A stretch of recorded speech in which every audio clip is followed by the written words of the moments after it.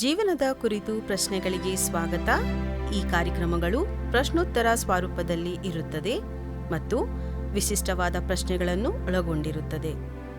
ನಿಮ್ಮಂಥ ಕೇಳುಗರು ದೇವರು, ಏಸು, ಸ್ವರ್ಗ ಮತ್ತು ಪ್ರಾರ್ಥನೆಯ ಬಗ್ಗೆ ಒಳಗೊಂಡಂತೆ ಪ್ರಮುಖವಾದ ವಿವಿಧ ಪ್ರಶ್ನೆಗಳ ಬಗ್ಗೆ ಹೊಂದಿರುತ್ತದೆ. ಇಲ್ಲಿ ಯಾವುದೇ ಪ್ರಶ್ನೆಗೆ ಮಿತಿಯಿಲ್ಲ. ಆದರೆ ಈ ಕಾರ್ಯಕ್ರಮವನ್ನು ಮುನ್ನಡೆಸುವ ನಮ್ಮ ನಿರೂಪಕಿ ಮತ್ತು ನಮ್ಮ ಅತಿಥಿ ಈ ಒಂದು ಕಾರ್ಯಕ್ರಮವನ್ನು ವಿಭಿನ್ನ ದೃಷ್ಟಿಕೋನಗಳೊಂದಿಗೆ ನಮ್ಮನ್ನು ನಡೆಸುತ್ತಾರೆ.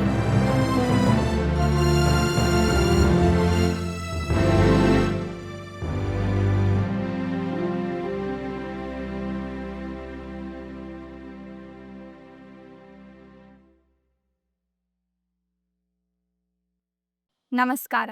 ಕ್ರೈಸ್ಟ್ ಟು ದ ವರ್ಲ್ಡ್ ಹಾಗೂ ಫೀಬಾ ಇಂಡಿಯಾ ಪ್ರಸ್ತುತಪಡಿಸುತ್ತಿರುವ ಜೀವನದ ಕುರಿತು ಪ್ರಶ್ನೆಗಳು ಈ ಕಾರ್ಯಕ್ರಮಕ್ಕೆ ನಿಮ್ಮೆಲ್ಲರಿಗೂ ಮತ್ತೊಮ್ಮೆ ಸ್ವಾಗತ. ನಮ್ಮ ಕಾರ್ಯಕ್ರಮವು ಪ್ರಶ್ನೆ ಮತ್ತು ಉತ್ತರದ ರೂಪದಲ್ಲಿರುತ್ತದೆ. ನಮ್ಮ ಕಾರ್ಯಕ್ರಮದಲ್ಲಿ ನಾವು ಅನೇಕ ವಿಷಯದ ಕುರಿತು ಚರ್ಚಿಸುತ್ತೇವೆ. ಅದು ಒಂಟಿತನ ಆಗಿರಬಹುದು, ಬಡತನ, ಕೌಟುಂಬಿಕ ಜೀವನ, ಮರಣ, ಜನನ ಅಥವಾ ಆಧ್ಯಾತ್ಮಿಕವಾದ ವಿಷಯಗಳು, ದೇವರ ಆತ್ಮ, ದೇವರ ವಾಕ್ಯ ಎಲ್ಲವನ್ನು ನಾವಿಲ್ಲಿ ಚರ್ಚಿಸಿ ಅದರಲ್ಲಿ ಬರುವ ಉತ್ತರಗಳು ನಿಮಗೆ ಉಪಯೋಗವಾಗಬೇಕೆಂದು ನಾವು ನಮ್ಮ ಕಾರ್ಯಕ್ರಮದಲ್ಲಿ ಬಯಸುತ್ತೇವೆ. ನಿಮಗೆ ಯಾವುದೇ ಪ್ರಶ್ನೆ ಕಾಡಿದರೂ ಆ ಪ್ರಶ್ನೆಗಳನ್ನು ಖಂಡಿತವಾಗಿಯೂ ನಮಗೆ ಬರೆಯಿರಿ.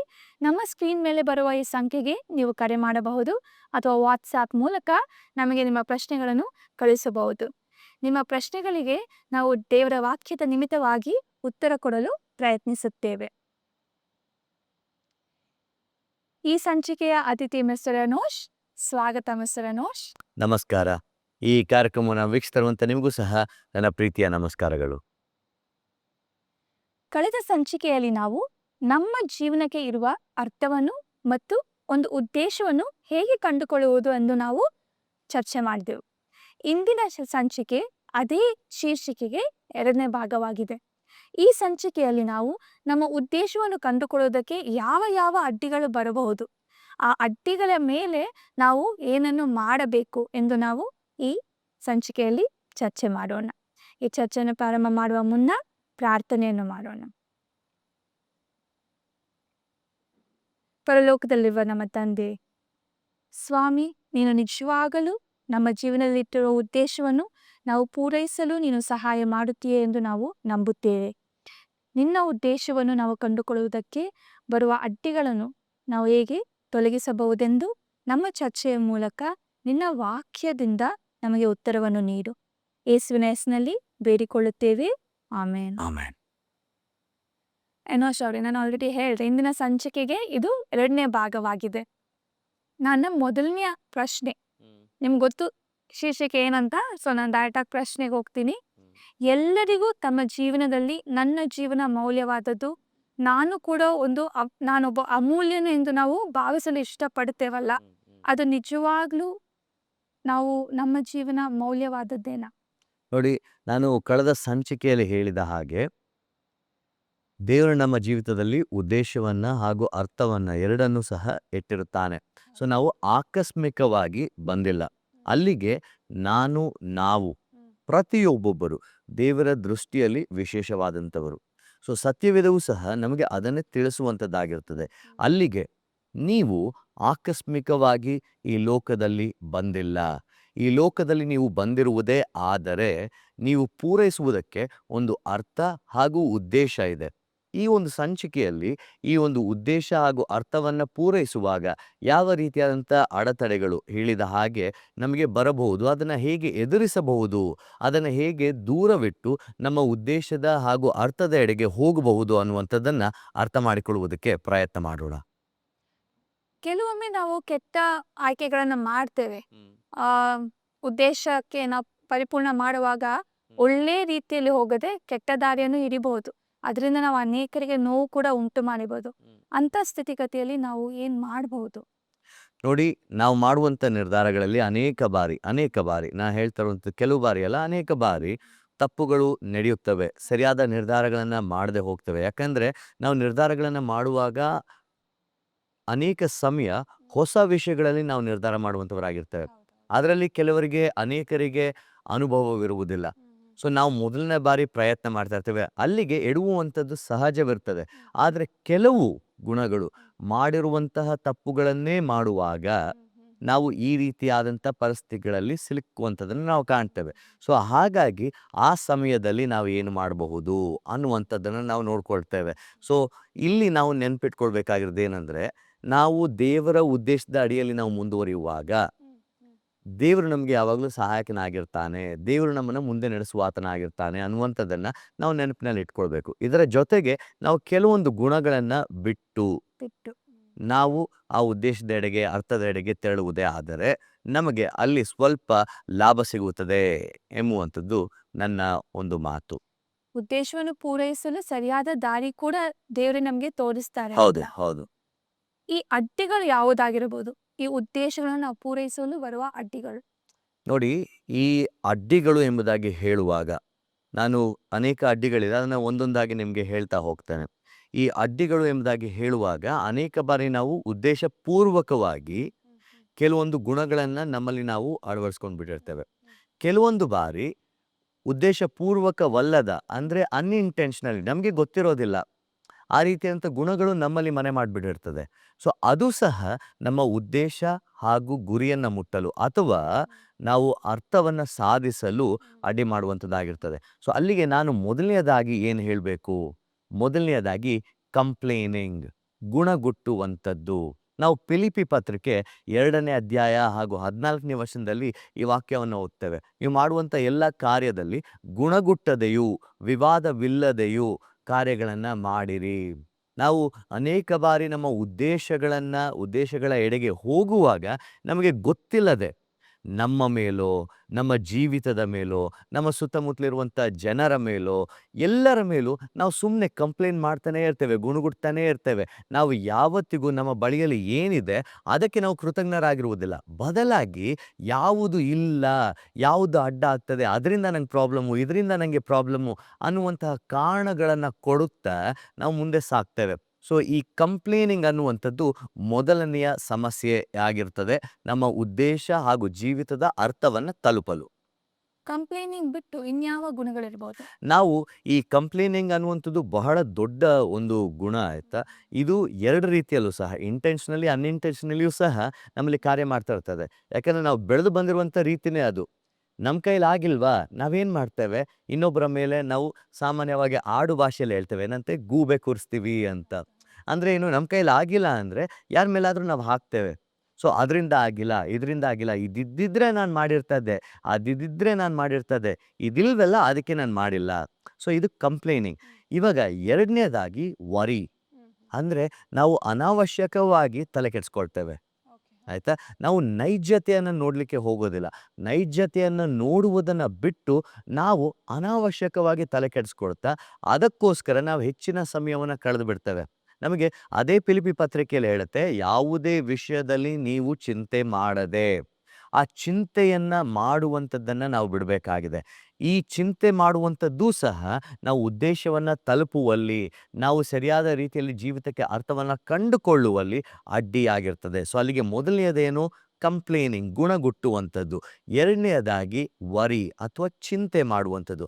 ಆ ಚಿಂತೆ ಮಾಡಿನೇ ನಾವು 1 ಮೊಳ ಉದ್ದ ಬೆಳೀಲಿಕ್ಕೆ ಅಸಾಧ್ಯ. ನಾವು ಯಾವುದೇ ಕಾರ್ಯವನ್ನು ನಮ್ಮ ಕೈಯಲ್ಲಿ ಸಂಪೂರ್ಣವಾಗಿ ಬದಲಿಸುವುದಕ್ಕೆ ಅಸಾಧ್ಯ. ಆದರೆ ಈ ಚಿಂತೆನೇ ನಾವು ಹೆಚ್ಚಾಗಿ ಮಾಡುವ ಕಾರಣ ಮಾಡುವಂತಹ ಕೆಲಸವನ್ನು ಬಿಟ್ಟು ಚಿಂತೆಯಲ್ಲಿ ನಮ್ಮನ್ನು ತೊಡಗಿಸ್ಕೊಳ್ತೇವೆ. ಅದನ್ನು ನಾವು ಬಿಡಬೇಕಾಗಿದೆ ನಮ್ಮ ಜೀವಿತದಲ್ಲಿ ಮುಂದುವರಿಯಬೇಕಾದರೆ. ಇದನ್ನು ಬಿಟ್ಟು ಇವಾಗ ಚಿಂತೆ ಹೇಳಿದ್ರಿ, ವರಿ ಹೇಳಿದ್ರಿ, ಕಂಪ್ಲೇನಿಂಗ್ ಹೇಳಿದ್ರಿ. ಇದನ್ನು ಬಿಟ್ಟು ಕೂಡ ಕೆಲವೊಮ್ಮೆ ನಮಗೇನೆ ನಮ್ಮ ಮನಸ್ಥಿತಿ ಆಗಲಿ, ದೈಹಿಕವಾಗಲಿ ವೀಕ್ನೆಸಸ್ ಇರ್ಬೋದು. ಅದ್ರ ಬಗ್ಗೆ ಏನು ಹೇಳ್ತೀರಾ? ಒಳ್ಳೆ ಪಾಯಿಂಟನ್ನು ನೀವು ಹೇಳಿದ್ದೀರಾ. ನೋಡಿ, ಇದು ಕೇವಲ ಗುಣಗುಟ್ಟುವಂಥದ್ದಾಗಲಿ ಅಥವಾ ನಾನು ಹೇಳಿದ ಹಾಗೆ ನಾವು ಚಿಂತೆ ಮಾಡುವಂಥದ್ದಾಗಲಿ ಇಲ್ಲಿಗೆ ಮಾತ್ರವೇ ಸೀಮಿತವಾಗಿಲ್ಲ. ನಮ್ಮಲ್ಲಿ ಕೆಲವೊಂದು ಬಲಹೀನತೆಗಳಿರ್ತವೆ.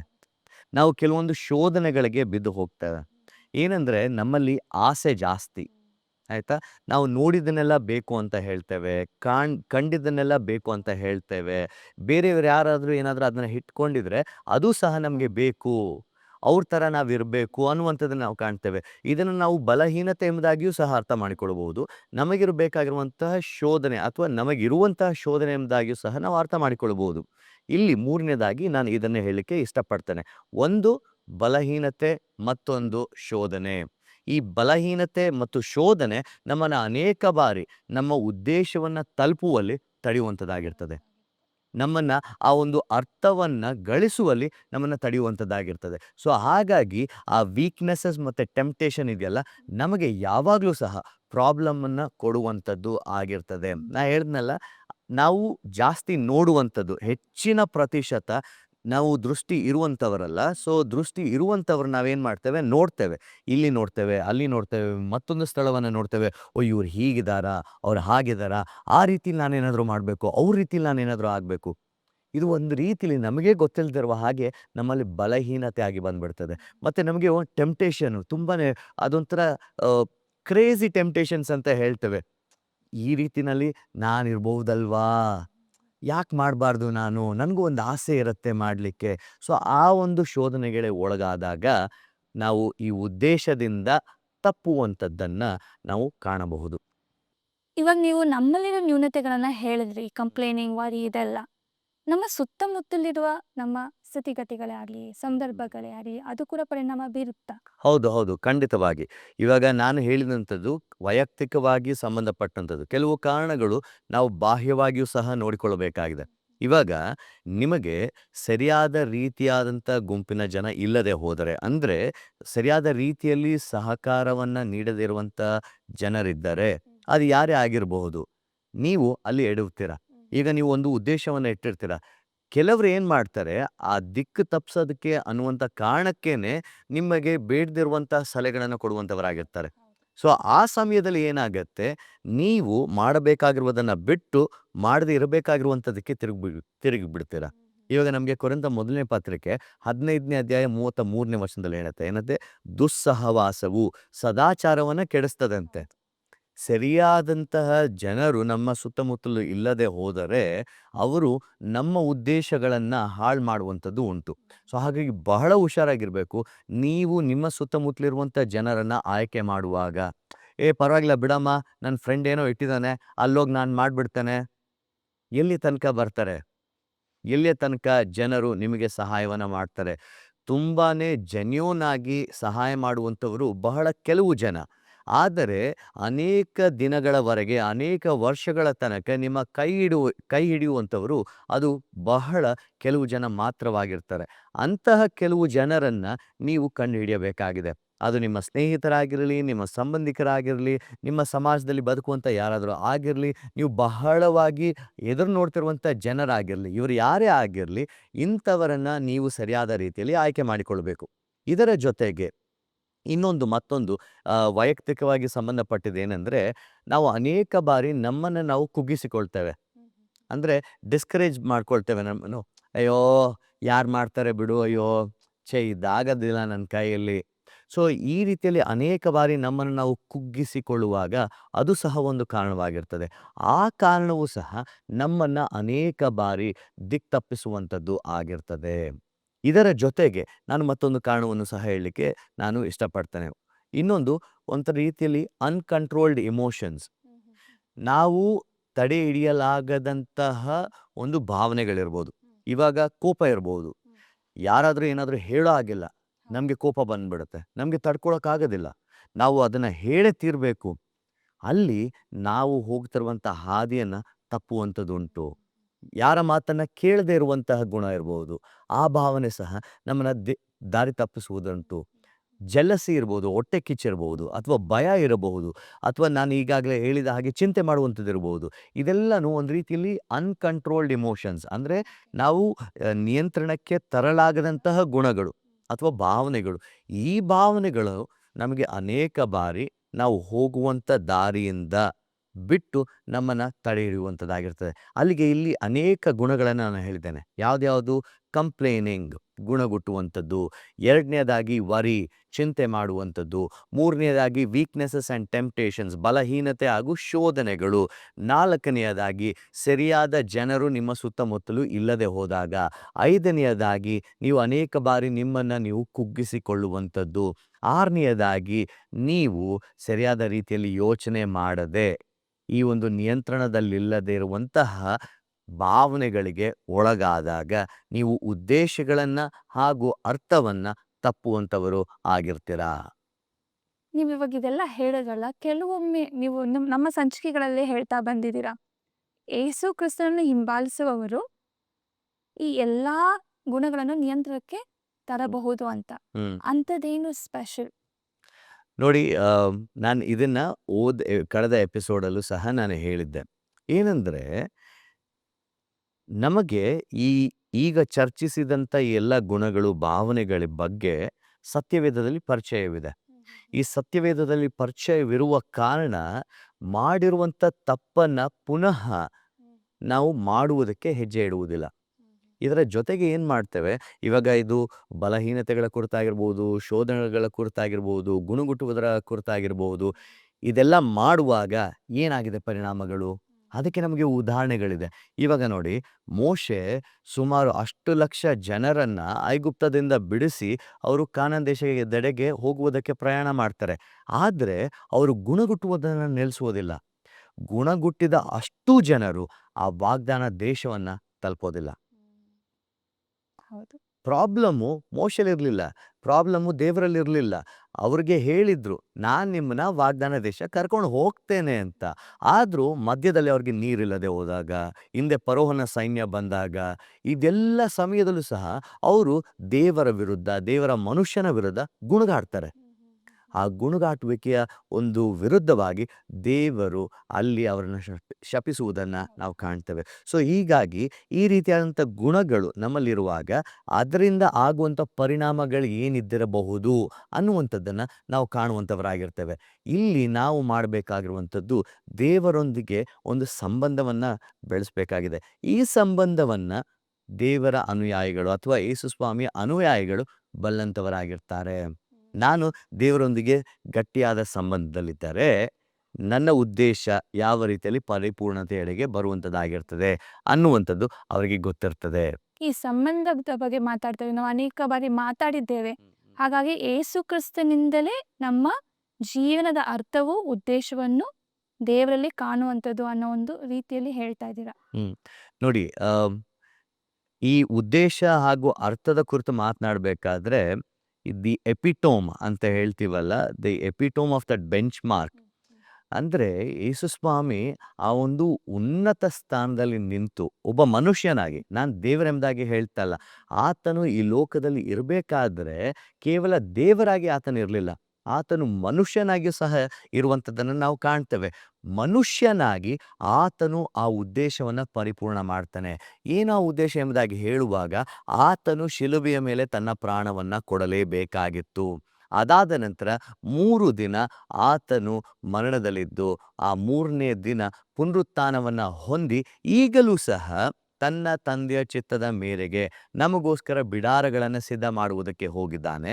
ಪುನಃ ಬಂದು ನಮ್ಮನ್ನು ಕರೆದುಕೊಂಡು ಹೋಗುವ ಆತನಾಗಿರ್ತಾನೆ. ಇದು ಯೇಸು ಸ್ವಾಮಿ ಹಾಕ್ಕೊಂಡಿರುವಂಥ ಒಂದು ಗ್ರ್ಯಾಂಡ್ ಪ್ಲ್ಯಾನ್. ಸೊ ಆ ಉದ್ದೇಶ ಇದೆಯಲ್ಲ ನೋಡಿ, ಆತನು ಇರಬೇಕಾದ್ರೂ ಸಹ ಉದ್ದೇಶವನ್ನು ಪೂರೈಸಿದ್ದಾನೆ. ಆತನು ಬರೋದಕ್ಕಿಂತ ಮುಂಚೆ ಅನೇಕ ಪ್ರವಾದಿಗಳ ಮೂಲಕ ಆತನು ನುಡಿದಿದ್ದನು, ಅದನ್ನು ಪೂರೈಸ್ತಾ ಬಂದಿದ್ದಾನೆ. ಈಗಲೂ ಸಹ ಆತನು ಹೇಳಿದ್ದಾನೆ, ಪುನಃ ನಾನು ತಿರ್ಗಾ ಬಂದೇ ಬರ್ತೇನೆ, ನಾನು ನಿಮ್ಮ ಜೊತೆಗೆ ಇರ್ತೇನೆ, ನೀವು ಸಹ ನನ್ನ ಜೊತೆಗಿರಬೇಕು. ಪುನಃ ಆತನು ಅದನ್ನು ಮಾಡುವ ಆತನಾಗಿರ್ತಾನೆ. ಸೊ ಅಲ್ಲಿಗೆ ಆತನ ಹಾಕಿರುವಂಥ ಆತನ ಜೀವಿತದಲ್ಲಿರುವಂಥ ಉದ್ದೇಶವನ್ನು ಹಂತ ಹಂತವಾಗಿ ಪೂರೈಸ್ತಾ ಬರ್ತಿರುವಂಥದ್ದನ್ನು ನಾವು ಕಾಣ್ತೇವೆ. ಸೊ ಅಲ್ಲಿಗೆ ಯೇಸು ಸ್ವಾಮಿ ನಮಗೆ ಅಲ್ಟಿಮೇಟ್ ಆನ್ಸರ್ ಆಗ್ತಾರೆ.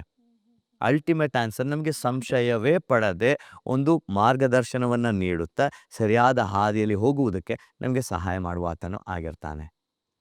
ಒಂದು ಬ್ರೇಕ್ ತಗೊಳ್ಳೋಣ ನಮ್ಮ ಚರ್ಚೆಯಲ್ಲಿ. ವೀಕ್ಷಕರೇ, ನಾವು ಕೇಳಿದ ಹಾಗೆ ಖಂಡಿತವಾಗಿಯೂ ದೇವರು ನಮ್ಮ ಜೀವನದಲ್ಲಿಟ್ಟಿರೋ ಉದ್ದೇಶವನ್ನು ಪೂರೈಸುವಾಗ ಅಡ್ಡಿಗಳು ಬರುತ್ತವೆ. ಅದು ನಮ್ಮ ನ್ಯೂನತೆಗಳೇ ಆಗಿರ್ಬೋದು, ನಮ್ಮ ಭಾವನೆಗಳೇ ಆಗಿರ್ಬೋದು, ಅಥವಾ ನಮ್ಮ ಸುತ್ತಮುತ್ತಲಿನ ಜನರು, ಸ್ಥಿತಿಗತಿಗಳು ನಮ್ಮನ್ನು ನಮ್ಮ ದೇವರು ಇಟ್ಟಿರೋ ನಮ್ಮ ಉದ್ದೇಶದಿಂದ ಬೇರೆ ದಾರಿ ಹಿಡಿಯಲು ನಮಗೆ ಅದು ಅಡ್ಡಿ ಮಾಡುತ್ತದೆ. ಈ ಅಡ್ಡಿಯಿಂದ ನಾವು ಹೇಗೆ ಹೊರಬರಬಹುದು, ಏಸು ಕ್ರಿಸ್ತನು ನಮಗೆ ಹೇಗೆ ಒಂದು ಮಾರ್ಗದರ್ಶನವನ್ನು ನೀಡಿದ್ದಾನೆ ಎಂದು ನಾವು ಇದುವರೆಗೂ ಚರ್ಚಿಸಿದ್ದೇವೆ. ನಮ್ಮ ಚರ್ಚೆಯನ್ನು ಮುಂದುವರಿಸೋಣ. ನಮ್ಮ ವೀಕ್ಷಕರು ಕಳೆದ ಸಂಚಿಕೆಯನ್ನು ನೋಡಿ ಕೆಲವೊಂದು ಪ್ರಶ್ನೆಗಳನ್ನು ಕಳಿಸುತ್ತಾರೆ. ನಾನು ಅದನ್ನು ಓದುತ್ತಾ ಹೋಗ್ತೇನೆ, ದಯವಿಟ್ಟು ಉತ್ತರವನ್ನು ನೀಡಿ. ನಮ್ಮ ವೀಕ್ಷಕರು ಒಬ್ಬರು ಬರೆದಿದ್ದಾರೆ, ನನಗೆ ಅನೇಕ ಬಾರಿ ನಾನು ಏನು ಮಾಡುತ್ತಿದ್ದೇನೆಂದು ನನಗೆ ತಿಳಿಯುವುದೇ ಇಲ್ಲ. ನಾನು ದೇವರನ್ನು ಅರಿಯಲು ಪ್ರಯತ್ನ ಪಡುತ್ತಿದ್ದೇನೆ. ದೇವರಿಂದ ಯಾವುದಾದ್ರೂ ಒಂದು ಮಾರ್ಗಸೂಚನಾ ಪಟ್ಟಿ ಇದೆಯಾ ನನ್ನ ಜೀವನದ ಅರ್ಥವನ್ನು ನಾನು ಕಂಡುಕೊಳ್ಳಲು? ನೋಡಿ, ಅನೇಕ ಬಾರಿ ನಮಗೆ ನಾವು ಮಾಡುವಂಥ ನಿರ್ಧಾರಗಳಲ್ಲಿ ತಪ್ಪುವುದು ಉಂಟು. ಇದನ್ನು ನಾನು ಈಗಾಗಲೇ ಹೇಳಿದ್ದೇನೆ. ಯಾಕಂದರೆ ನಾವು ಮನುಷ್ಯರಲ್ವಾ, ನಾವು ದುರ್ಬಲರು, ಬಲಹೀನತೆಗಳನ್ನು ಹೊಂದಿರುವಂಥವರು, ನ್ಯೂನ್ಯತೆಗಳನ್ನು ಹೊಂದಿರುವಂಥವರು, ನಾವು ತಪ್ಪುತ್ತೇವೆ.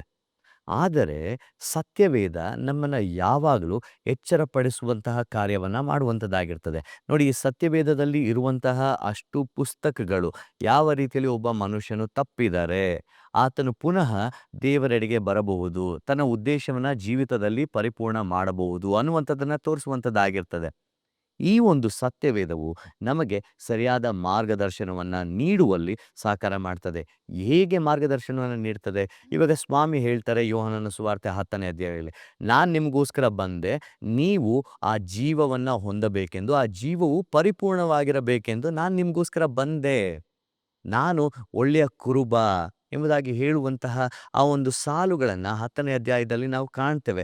ಅಲ್ಲಿಗೆ ಆ ಜೀವಿತವು ನಮ್ಮಲ್ಲಿ ಪರಿಪೂರ್ಣ ಆಗಬೇಕು, ಆ ಪರಿಪಕ್ವತೆಯ ಎಡೆಗೆ ಬರಬೇಕು ಎಂಬುದಾಗಿ ದೇವರು ವಾಕ್ಯಗಳನ್ನು ಆಡ್ತಾನೆ. ಸೊ ಅಲ್ಲಿಗೆ ಈ ಒಂದು ಸತ್ಯವೇದದಲ್ಲಿ ಏನೇನು ಮಾಡಬಹುದು, ಏನೇನು ಮಾಡಬಾರದು, ಯಾವ ಕಡೆಗೆ ನಾವು ತಿರುಗಬೇಕು, ಯಾವ ಕಡೆಗೆ ನಾವು ನಮ್ಮ ಮುಖಗಳನ್ನು ತಿರುಗಿ ಓರೆ ಮಾಡಿಕೊಂಡು ಹೋಗಬೇಕು, ಇದೆಲ್ಲವೂ ಸಹ ನಮಗೆ ದೇವರ ವಾಕ್ಯದಲ್ಲಿ ಬರೆದಿರ್ತದೆ. ಹಾಗಾಗಿ ದೇವರ ವಾಕ್ಯ ಒಂದು ಸರಿಯಾದ ಮಾರ್ಗದರ್ಶನವನ್ನು ನೀಡುವಂತಹ ಸಾಧನವಾಗಿದೆ ಎಂಬುದಾಗಿ ನಾನಿಲ್ಲಿ ಹೇಳಲಿಕ್ಕೆ ಇಷ್ಟಪಡ್ತೇನೆ. ಹಾಗಾದರೆ ಈ ದೇವರು ನಮಗೆ ಏಸು ಕ್ರಿಸ್ತನ ಮೂಲಕ ಕೊಟ್ಟಿರುವ ಮಾರ್ಗದರ್ಶನ ಮಾಡಬೇಕಂದ್ರೆ ನಾವು ಏಸು ಕ್ರಿಸ್ತನ ಅನುಯಾಯಿ ಆಗಬೇಕು ಅಂತ ಹೇಳಿದ್ವಿ. ಏಸು ಕ್ರಿಸ್ತನ ಅನುಯಾಯಿ ಆದಾಗ ದೇವರ ಸ್ವಂತ ಮಕ್ಕಳಾಗ್ತೇವ ನಾವು. ಹೌದು. ನಮಗೆ ಯೋಹಾನನ ಸುವಾರ್ತೆ 1ನೇ ಅಧ್ಯಾಯ 12ನೇ ವಚನದಲ್ಲಿ ವಾಕ್ಯ ಹೀಗೆ ಹೇಳುತ್ತೆ, ಯಾರ್ಯಾರು ಆತನನ್ನು ಅಂಗೀಕರಿಸಿದರೋ, ಅಂದರೆ ಆತನ ಹೆಸರಿನಲ್ಲಿ ನಂಬಿಕೆ ಇಟ್ಟರೋ ಅವರಿಗೆ ದೇವರ ಮಕ್ಕಳಾಗುವ ಅಧಿಕಾರ ಕೊಟ್ಟನು ಎಂಬುದಾಗಿ ವಾಕ್ಯ ಹೇಳುತ್ತೆ. ನೋಡಿ, ನಮ್ಮ ಜೀವಿತದ ಉದ್ದೇಶಗಳು ಅನೇಕ ಬಾರಿ ದೇವರನ್ನ ಜೊತೆಗಿಟ್ಟುಕೊಳ್ಳುವಾಗ, ಅಂದರೆ ದೇವರೇ ನಮ್ಮ ಜೀವಿತದ ಉದ್ದೇಶಗಳನ್ನು ನಿರ್ದೇಶಿಸುವಾಗ ಸರಿಯಾದ ರೀತಿಯಲ್ಲಿ ಆತನ ಕರೆದುಕೊಂಡು ಹೋಗುವಾತನಾಗಿರ್ತಾನೆ. ನಾವು ವಿಫಲರಾಗ್ತೇವೆ, ಅನೇಕ ಬಾರಿ ಬಿದ್ದು ಹೋಗ್ತೇವೆ, ಆದರೆ ಪುನಃ ಆತನು ನಮ್ಮನ್ನು ಮೇಲೆ ಕೆತ್ತಿ ನಮ್ಮನ್ನು ಮುಂದೆ ನಡೆಸುವ ಆತನಾಗಿರ್ತಾನೆ. ಅದು ಯೇಸುಸ್ವಾಮಿಯ ಪರಿಚಯವಿದ್ದರೆ ಮಾತ್ರವೇ. ಸೊ ಅಲ್ಲಿಗೆ ಯೇಸುಸ್ವಾಮಿಯ ಪರಿಚಯ ನನಗೆ ನಿಮಗೆ ಆಗಬೇಕು. ಯೇಸುಸ್ವಾಮಿಯ ಅನುಯಾಯಿ ಎಂಬುದಾಗಿ ಹೇಳುವಾಗ ಯೇಸುಸ್ವಾಮಿ ನನಗೆ ಎಷ್ಟು ಗೊತ್ತು. ಈಗ ನಾವು ಒಂದು ಮೊಬೈಲ್ ಫೋನನ್ನು ಉಪಯೋಗಿಸ್ತೇವೆ, ಸರಿ, ಒಂದು ಆ್ಯಂಡ್ರಾಯ್ಡ್ ಫೋನನ್ನು ಉಪಯೋಗಿಸ್ತೇವೋ ಇಲ್ಲ ಒಂದು ಆ್ಯಪಲ್ ಫೋನನ್ನು ಉಪಯೋಗಿಸ್ತೇವೋ, ಯಾವುದೋ ಒಂದು ಫೋನು, ಹೊಸ ಟೆಕ್ನಾಲಜಿ ತಂತ್ರಜ್ಞಾನ ಉಳ್ಳಂಥ ಒಂದು ಗ್ಯಾಜೆಟನ್ನು ಉಪಯೋಗಿಸ್ತೇವೆ. ಏಕ್ದಮ್ ನೀವು ಬಾಕ್ಸಿಂದ ತೆಗೆದಾಕ್ಷಣ ನಾವು ಉಪಯೋಗಿಸೋದಕ್ಕೆ ಆರಂಭ ಮಾಡ್ತೇವಾ? ಇಲ್ಲ. ನಮಗೆ ಅದರ ಪರಿಚಯ ಯಾವಾಗ ಆಗುತ್ತೆ, ಅದನ್ನು ನಾವು ಉಪಯೋಗಿಸಿ ಅದರಲ್ಲಿರುವಂಥ ಫೀಚರ್ಸ್ಗಳನ್ನು ತಿಳಿದುಕೊಳ್ಳುವುದರ ಮೂಲಕ ನಮಗೆ ಅದರ ಬಗ್ಗೆ ಹೆಚ್ಚಿನ ಪರಿಚಯವಾಗ್ತದೆ. ಇಲ್ಲಿ ನಾವು ನಮ್ಮ ಜೀವಿತದ ಉದ್ದೇಶವನ್ನು ಸರಿಯಾದ ರೀತಿಯಲ್ಲಿ ಸೋತು ಹೋಗದೆ ನಾವು ಅದರಲ್ಲೇ ಮುಂದೆ ಸಾಗಬೇಕಾದರೆ, ಉದ್ದೇಶವನ್ನು ಪರಿಪೂರ್ಣ ಮಾಡಬೇಕಾದರೆ ನಮಗೆ ಯೇಸುವಿನ ಪರಿಚಯವಾಗಬೇಕು. ಅಲ್ಲಿಗೆ ಯೇಸುವಿನ ಪರಿಚಯವಾಗಬೇಕಾದರೆ ನಾವು ನಮ್ಮ ಪರಿಸ್ಥಿತಿಯನ್ನು ಅರ್ಥ ಮಾಡಿಕೊಳ್ಳಬೇಕು, ದೇವರು ಯಾರಾಗಿದ್ದಾನೆ ಅದನ್ನು ಅರ್ಥ ಮಾಡಿಕೊಳ್ಳಬೇಕು. ಏನು ಎಂಬುದಾಗಿ ನಾನು ನಿಮಗೆ ತಿಳಿಸ್ತೇನೆ. ಈಗ ಮೊದಲನೆಯದಾಗಿ ನಾವು ಯೇಸುಸ್ವಾಮಿ ಯಾರು ಎಂಬುವಂಥದ್ದನ್ನು ಒಪ್ಪಿಕೊಳ್ಳುವಂಥದ್ದು ಬಹಳ ಮುಖ್ಯ.